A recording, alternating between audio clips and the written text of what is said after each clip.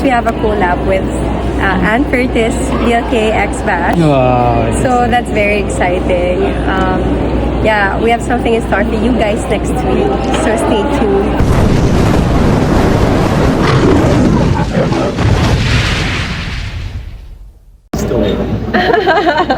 Yeah. Okay. This is how are you? Okay. Happy Monday, first of all. Ay, talagang alam na. Yes! I didn't realize ang bilis how time flies. No? Okay. What has changed in 1 year? Yung tirahan ko, iba na yung address ko. Siyempre, nag-move in na kami together. Obviously. Ano ba nagbago? Right now, I'm on cloud 9. I'm very, very happy. Na-share ko yata, I'm at my happiest. And siguro yung ano, I mean, syempre, we, wake up right next to each other every day. And it's special. Parang hindi na ako makapagtanong ng Kaya nga, huwag ka na rin. Charot na. Pero of course, syempre, ang mga tanong na why the surprise? I mean, lahat talaga buong hindi na surprise. Honestly, I didn't think that it's something I really need to share. So, parang, hindi naman sa pinagdadamot, but at that point, parang I felt like I just wanted it to be mine and his. I wanted it to be about us and no one else. So, yeah. Hindi, it wasn't supposed to be a surprise or wala namang pasal. It wasn't supposed to be like that. It was just, it felt like it was the right thing to do and, parang the moment was ours. And hindi ko understand. Siyempre, release na ako. Pupunta na ako doon sa Whisper from Heaven. Yes, ayan na. You actually back shooting. Yes, oo. I never really stopped shooting. Nga pala, even before. Wala, tuloy-tuloy.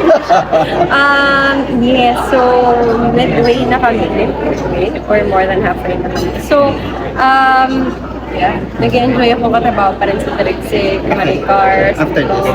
So, we tape 4 times a week, so. See what's next for you.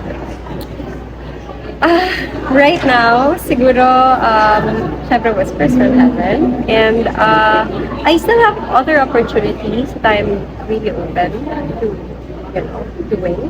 And meron kaming niluluto, sana matuloy. But right now, I'm really just happy to be where I am. Kinikilig ako. Kinikilig ako.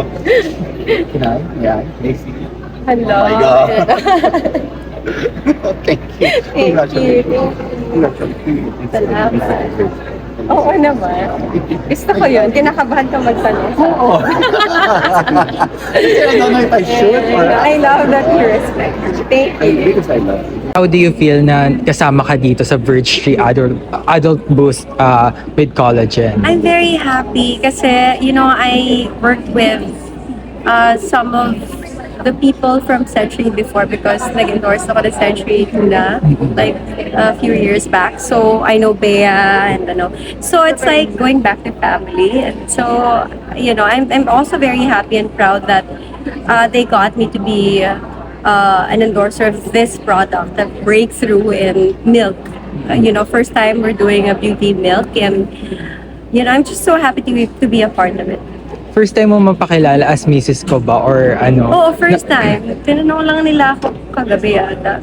Yeah, I don't mind. I don't know. How do you feel that? I'm still getting used to it, obviously. Kasi masyado pa siyang fresh. Isang buwan pa lang siya nangyari. Kamusta naman being a wife and magkaroon ng asawa? Siyempre, a lot of adjustments, ganyan. But we're very happy. Nasa honeymoon stage pa kami. Pero napag-decide mo kanina na parang gusto mo na magka-baby.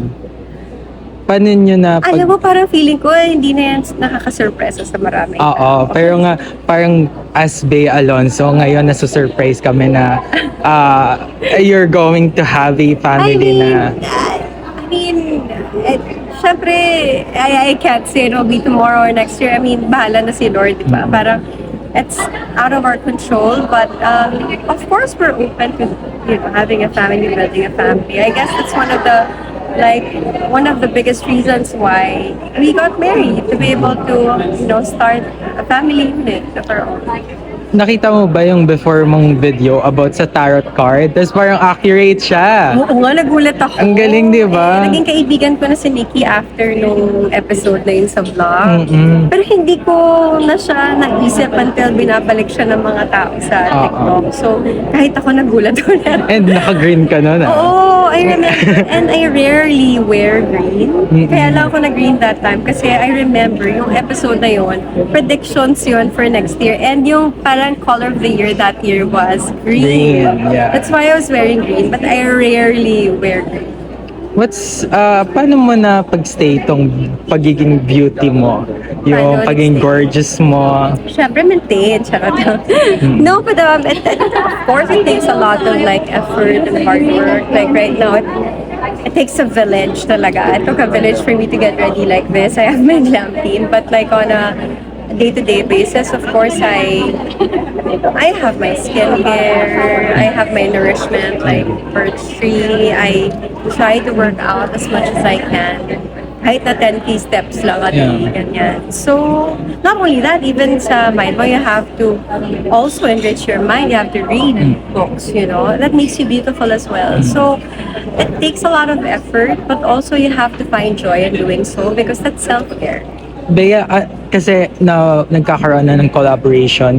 Like, for example, si Vice napunta na sa TV Vibe. Like, meron na silang collaboration. Ikaw ba, meron ka ng, may expect ba kaming collaboration with you? Right now, wala pa. Pero babalitaan kita. What's next for Bea? Right now, I'm doing a soap. It'll air hopefully early next year. We're halfway through shooting. So it's something I'm very excited about because I'm working with Zig Gulay again. So yeah, and I'm working with Maricar Reyes after a long time. Parang nag-showbiz hito siya for a time. So anyways, that. And yes, we have a collab with Ann Curtis, DLK X Bash. Wow. So that's very exciting. Yeah, we have something in store for you guys next week.